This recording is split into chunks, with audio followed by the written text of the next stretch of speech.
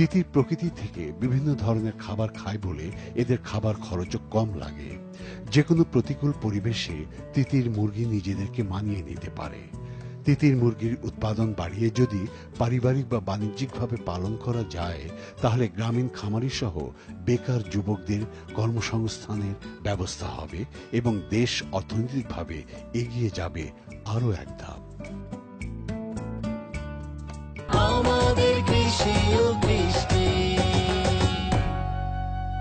দর্শক, দেখছিলাম তিতির মুরগির ওপর মূল প্রতিবেদন। এখন আমরা কথা বলবো আমাদের বিশেষজ্ঞ অতিথির সাথে।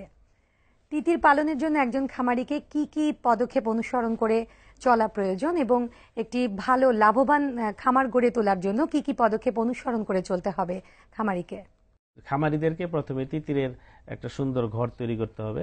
সেই ঘরটা উঁচু জায়গায় হতে হবে এবং তিতিরের ঘর মেইনলি তৈরি করার জন্য তেমন কোনো বেশি বিশেষ খরচের প্রয়োজন হয় না, কিন্তু ব্রুডিং এর জন্য, যেগুলো তাপ দেওয়ার জন্য, যদি কেউ কোনো ব্রিডার খামার থেকে তিতিরের বাচ্চা সংগ্রহ করে, সেই ক্ষেত্রে ওর 4 সপ্তাহ পর্যন্ত স্পেশাল কিছু যত্ন নিতে হয়।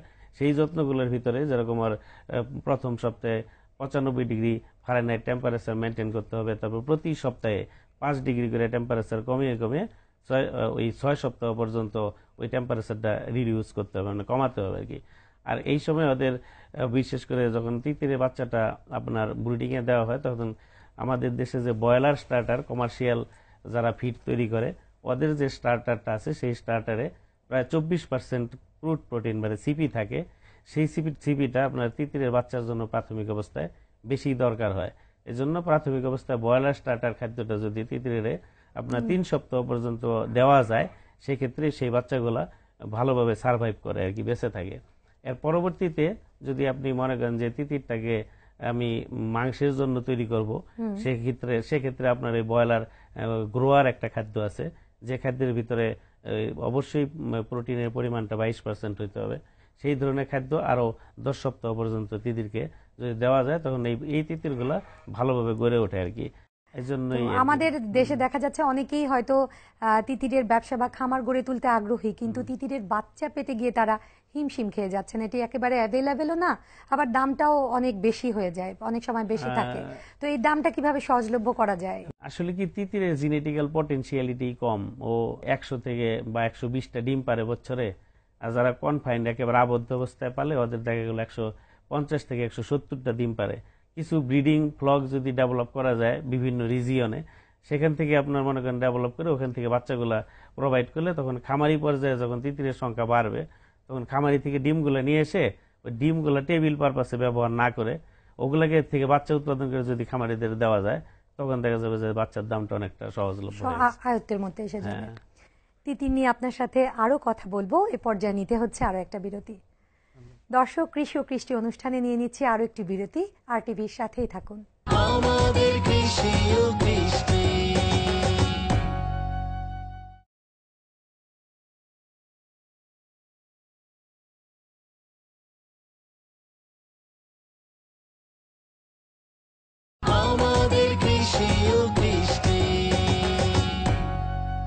দর্শক, বিরতির পর সবাইকে আবারও স্বাগত প্রভিটা ফিড অ্যান্ড হ্যাচারিজ লিমিটেড কৃষি ও কৃষ্টি অনুষ্ঠানে।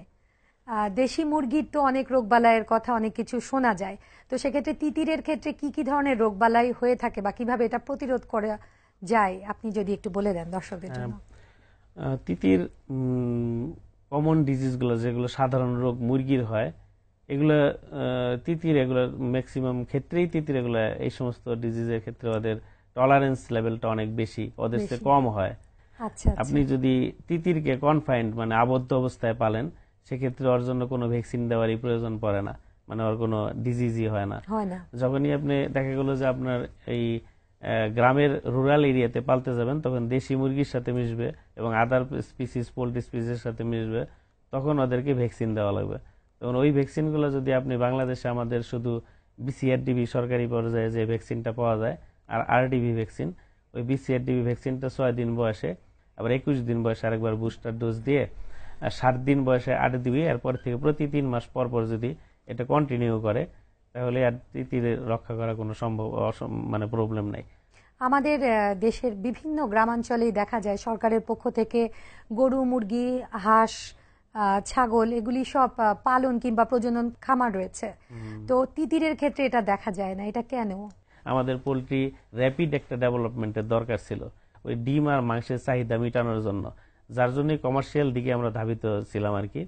এবং ওই জন্যই বিদেশ থেকে আমরা প্যারেন্ট আমদানি করছি। ওই প্যারেন্টের থেকে এখন বাংলাদেশেই প্যারেন্ট আছে, ওই গ্র্যান্ড প্যারেন্টও নিয়ে আসে। ওগুলো থেকে দ্রুত এই দেশের পপুলেশনের যে আপনার প্রোটিনের চাহিদা গ্যাপটা মেটানোর জন্য গভর্নমেন্ট এতদিন এদিকে নজর, এখন এই সমস্ত স্পেশালাইজড পোলট্রি যেগুলো আছে, যেরকম আপনার তিতির আছে, এই সমস্ত দিকে আমরা নজর দিতেছি এবং দিব আর কি।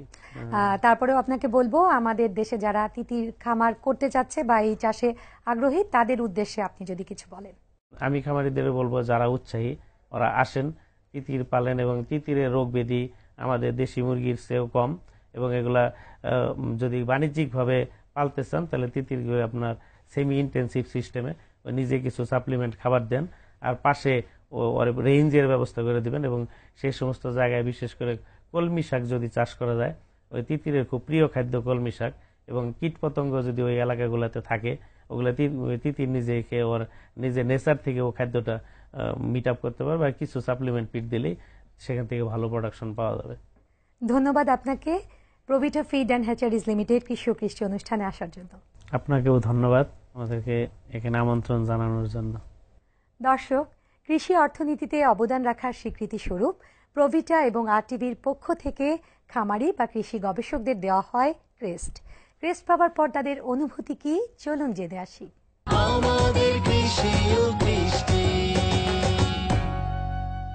আরটিভির কৃষি এবং কৃষ্টি অনুষ্ঠানের মাধ্যমে বাংলাদেশে তিতির পাখি পালনের গুরুত্ব এবং তিতির পাখি পালন সম্পর্কে অনুষ্ঠান সম্প্রচারিত করার জন্য আমার ব্যক্তিগত পক্ষ থেকে এবং বাংলাদেশ কৃষি বিশ্ববিদ্যালয়ের পোল্ট্রি বিজ্ঞান বিভাগের পক্ষ থেকে আরটিভিকে ধন্যবাদ এবং কৃতজ্ঞতা জ্ঞাপন করছি।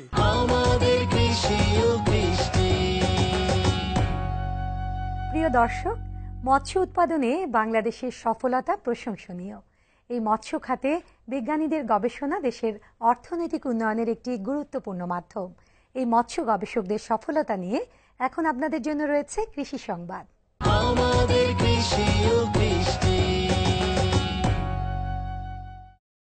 সম্প্রতি রাজধানীর খামারবাড়িতে অনুষ্ঠিত হয়ে গেল বাংলাদেশ মৎস্য গবেষণা ইনস্টিটিউট আয়োজিত বার্ষিক গবেষণা পরিকল্পনা প্রণয়ন 2016-17 শীর্ষক কর্মশালা। বিএফআরআই পরিচালিত বিভিন্ন গবেষণা কার্যক্রমের মূল্যায়ন এবং আগামী অর্থবছরের জন্য জাতীয় চাহিদার আলোকে 48টি গবেষণা পরিকল্পনা প্রস্তাব উপস্থাপন করা হয়। যে কোনো উন্নয়নের সোপান হচ্ছে প্রযুক্তির প্রয়োগ, এবং তার যথার্থতা যদি আমরা কাজে লাগাতে পারি তাহলে মানুষের দোরগোড়ায় উন্নয়নের সুফল পৌঁছে দেওয়া সম্ভব। কর্মশালায় ইনস্টিটিউট কর্তৃক সাম্প্রতিক সময়ে উদ্ভাবিত 6টি প্রযুক্তি মৎস্য অধিদপ্তরের নিকট হস্তান্তর করা হয়। কর্মশালায় বাংলাদেশ মৎস্য বিজ্ঞানী সহ গণ্যমান্য ব্যক্তিবর্গরা তাদের মতামত প্রকাশ করেন। অনুষ্ঠানে প্রধান অতিথি হিসেবে উপস্থিত ছিলেন মৎস্য ও প্রাণী সম্পদ মন্ত্রণালয়ের মাননীয় মন্ত্রী জনাব মোহাম্মদ ছায়েদুল হক। কিন্তু আমাদের যে দেশটি হইল সবকিছু জলাশয় পানি, খাল বিল নদী নালা হাওয়ার বাওয়া, কাজে সেই তুলনায় মাছ চাষ করার আয়োজন আমাদের বেশি। বিশেষ অতিথি হিসেবে উপস্থিত ছিলেন মন্ত্রণালয়ের সচিব জনাব মোহাম্মদ মাকসুদুল হাসান খান। আরও উপস্থিত ছিলেন মৎস্য অধিদপ্তরের মহাপরিচালক সৈয়দ আরিফ আজাদ। অনুষ্ঠানটিতে সভাপতিত্ব করেন বাংলাদেশ মৎস্য গবেষণা ইনস্টিটিউটের মহাপরিচালক ডক্টর ইয়াহিয়া মাহমুদ। একটি গবেষণা প্রতিষ্ঠানের প্রাণ কিন্তু তার গবেষণা, এবং পাশাপাশি আমি গবেষণা করলাম, সেই উদ্ভাবিত প্রযুক্তি মাঠে গেল না, এই গবেষণার কিন্তু কোনো মূল্য নেই।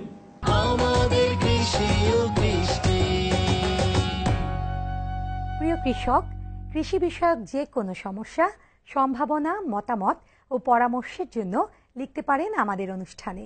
আমাদের কাছে লিখবার ঠিকানা: প্রযোজক প্রভিটা ফিড অ্যান্ড হ্যাচারিজ লিমিটেড, কৃষি ও কৃষ্টি, Bengal media corporation limited, RTV, BSCC ভবন, 102 কাজী নজরুল ইসলাম এভিনিউ, কারওয়ান বাজার, ঢাকা 1215। ইমেল করতে পারবেন কৃষি ও কৃষ্টি @rtvbd.tv এই ঠিকানায়। কৃষি ও কৃষ্টির এ পর্বের খনার বচন: বেল খেয়ে খায় পানি, কৃমি বলে ময়লা মামি।